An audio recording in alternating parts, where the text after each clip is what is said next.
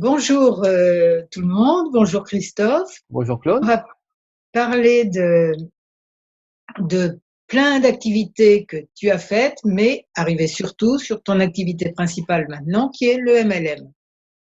Mais tu nous racontes un petit peu ton circuit, surtout parce que comme on fait cette interview dans le cadre de Métier Idéal, qui est des ateliers des ateliers de FT que j'anime à l'occasion, donc on va parler des métiers qui font vibrer. De comment on passe d'un métier qui fait un peu vibrer à des métiers qui font de plus en plus vibrer. Hmm. Voilà. Alors, et j'ai oublié de dire, je suis thérapeute EFT, donc c'est un atelier de EFT que vous trouverez sur mon site qui s'appelle J'aime le EFT. Tu, Christophe, Super, vas-y, raconte-nous. super site. Allez-y. Merci. Alors, bon, j'ai commencé par être formateur dans une SS2I je travaillais dans le milieu automobile pour aider les garagistes et concessionnaires à faire des factures, faire la compta. Et puis j'ai fait ça pendant 8 ans. J'en ai eu marre. Au bout d'un moment, j'ai voulu faire quelque chose d'autre, de Mhm, plus en accord avec mes valeurs sur l'environnement. Donc j'ai travaillé dans les énergies renouvelables pendant presque 8 ans aussi, dans mhm, une association où j'étais salarié là aussi. Là, je m'occupais des réseaux informatiques et des réseaux humains. Et puis j'ai rencontré le mind mapping. En 2000, je vous passe l'histoire parce que ça peut être long. En 2008, je me suis mis à mon compte. Et là, j'ai commencé à faire beaucoup de choses. Donc, j'ai fait des sites web, j'ai fait du conseil, j'ai fait de la formation. Et ce que j'ai gardé de tout ça, en principal, c'est le mind mapping. Et l'année dernière, j'ai rencontré le marketing de réseau. Voilà. Et c'est là le sujet voilà. Et de là, cette c'est interview. devenu, voilà. Ce que j'aime bien dans ta façon de changer de métier, c'est qu'à chaque fois, tu suivais ce qui te faisait vibrer Oui, sur le moment. Et ça, oui, c'est tout à fait. Ouais, vraiment essentiel, quoi. et c'est exactement ce qui s'est passé parce que même si les premières activités en tant que salarié, ça a duré 7-8 ans chacune, mais Mhm. quand même, la deuxième fois, ça a été un peu le feu d'artifice parce que j'ai rencontré des choses qui m'ont passionné et puis ça m'a poussé finalement naturellement à faire autre chose et notamment à me mettre à mon compte. Mais après, ça dépend des personnes. Mais en tout cas, pour moi, c'était important de faire comme ça. Mhm. Donc, euh, donc le mind mapping est toujours là. On va pas en parler. Et Non, par mais vous trouverez les liens en dessous de la vidéo, hein, tout à fait, il y a tout en bas. parce qu'ils Euh, continuent à organiser des stages de temps en temps, genre, et c'est vraiment très sympa. c'est vrai. Et, et c'est un super outil. Mais bon, c'est pas le sujet. Non, Tu nous parles, on fera peut-être une autre vidéo là-dessus. ok. Tu nous parles du MLM. Alors Alors, le MLM, le MLM ou marketing de réseau, marketing relationnel, c'est une manière de vendre des produits ou des services. C'est vraiment une manière de faire parce qu'on peut distribuer des produits et des services de plein de manières différentes. On peut vendre dans des magasins, on peut vendre 100% en ligne, on peut et puis on peut faire comme a fait Tupperware depuis plein d'années, vendre en direct aux personnes, mais au lieu de passer par des magasins, de la pub à la télé, de la pub dans les journaux, de la pub sur les bords de la route, ben, en fait on va marcher par le bouche à oreille. Et donc et avec et, Internet qui et avec simplifie Internet aujourd'hui évidemment sacrément les choses. aujourd'hui ça développe encore plus.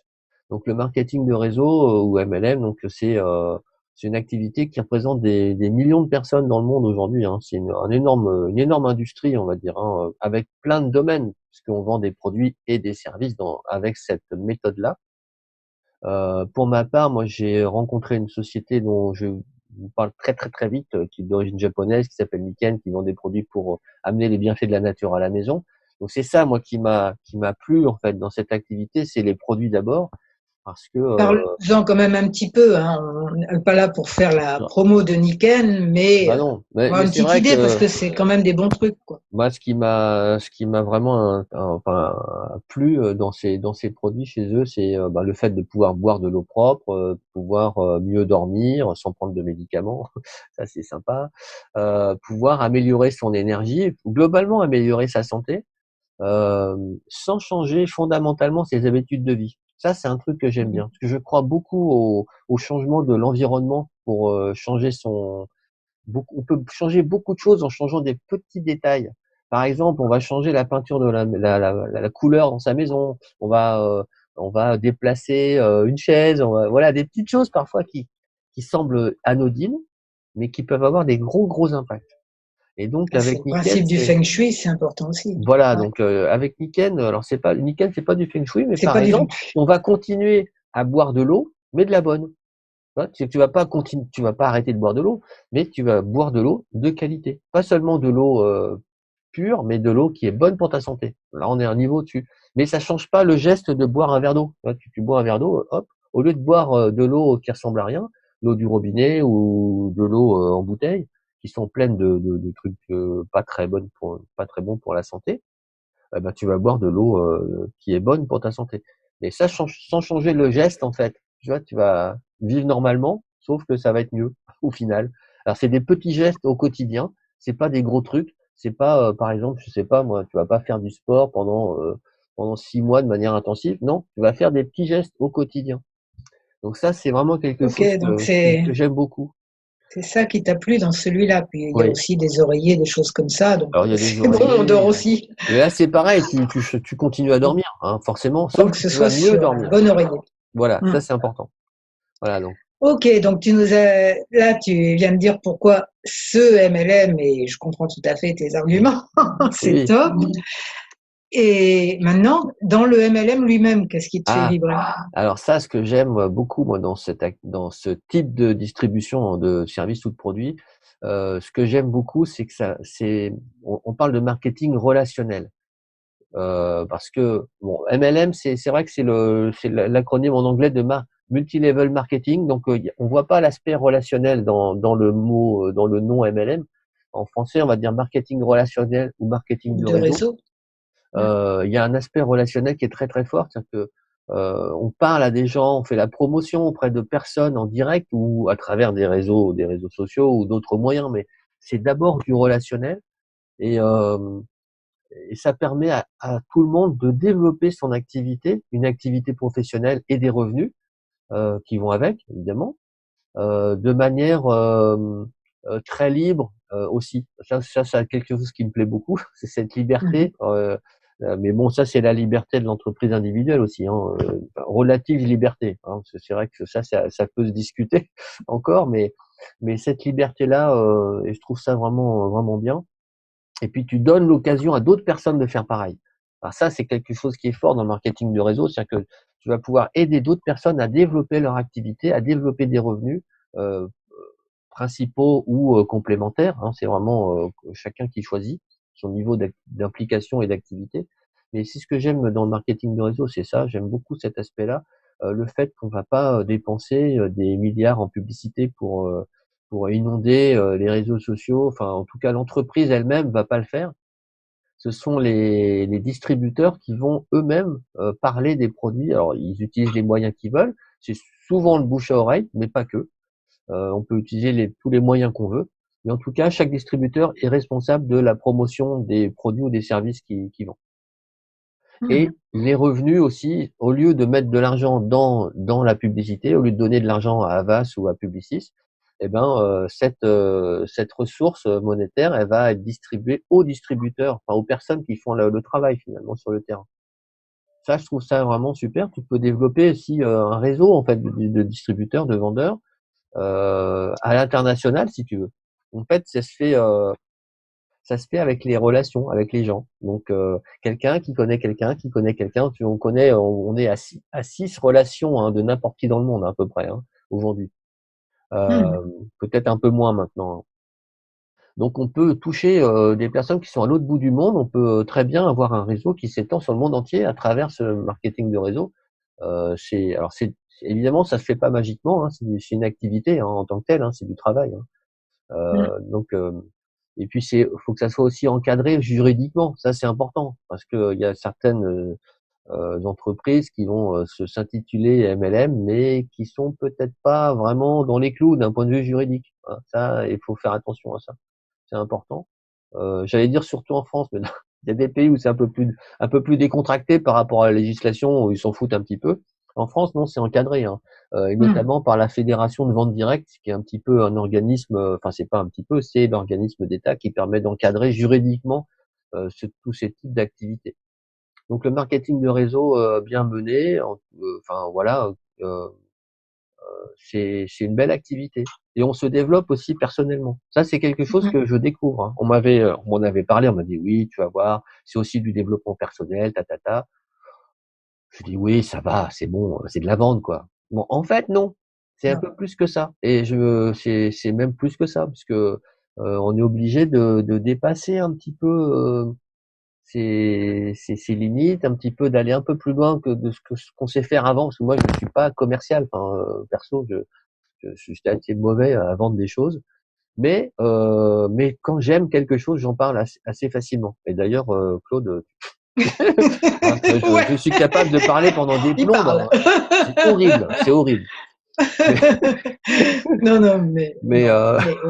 mais bon, c'est vrai en même temps. Dis pas Voilà. ça, sinon ils vont couper la vidéo tout de suite. Oui, c'est vrai. C'est toujours le petit risque.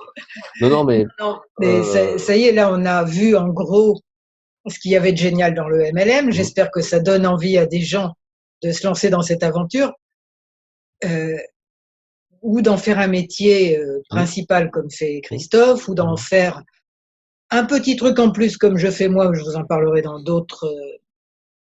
Mais dès l'instant qu'on vend des trucs dont on sait que ça marche, on sait que c'est bah oui, voilà. intéressant, Mm, on a différents niveaux d'implication. Moi, je travaille mm. aussi, enfin, je suis distributrice Redox, ACA. J'en parlerai quelque part dans mon blog un jour. Mais lui, il fait à fond et moi, je fais à fond de l'EFT. Normal. En plus, c'est vrai qu'on fait à fond là où enfin, on sent qu'on va pouvoir faire une différence aussi d'une certaine manière. Voilà. On sait que ça fonctionne, on sait que bon voilà. Et là, euh, et là, c'est ce que je sens là. Enfin, après, faut sentir le truc. Hein. Moi, j'ai vu avec les produits que aujourd'hui je distribue, je me dis mais là, mais ça peut aider plein de gens en fait. C'est ça, je me suis dit, ça peut C'est aider plein ça de le gens. but. Que ce soit pour boire de l'eau, et l'eau c'est le premier aliment, ou bien dormir.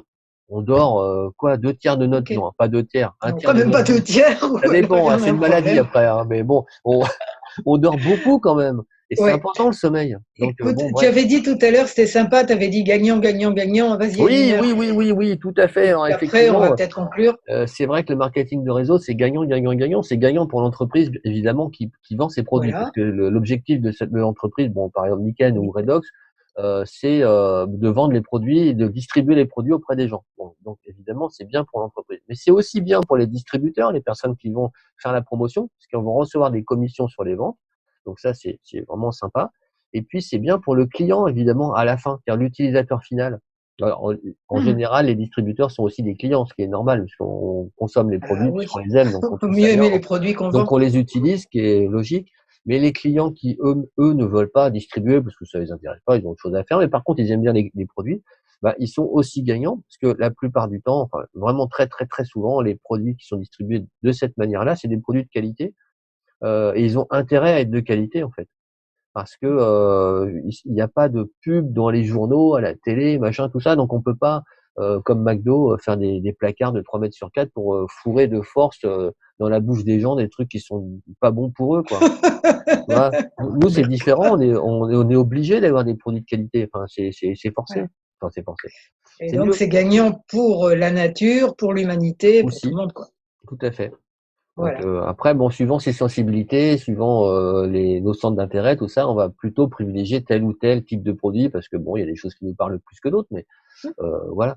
Donc Dès l'instant que c'est éthique, que c'est voilà, du moment que ça écologique, soit que éthique, c'est tout ça à la écologique, fois.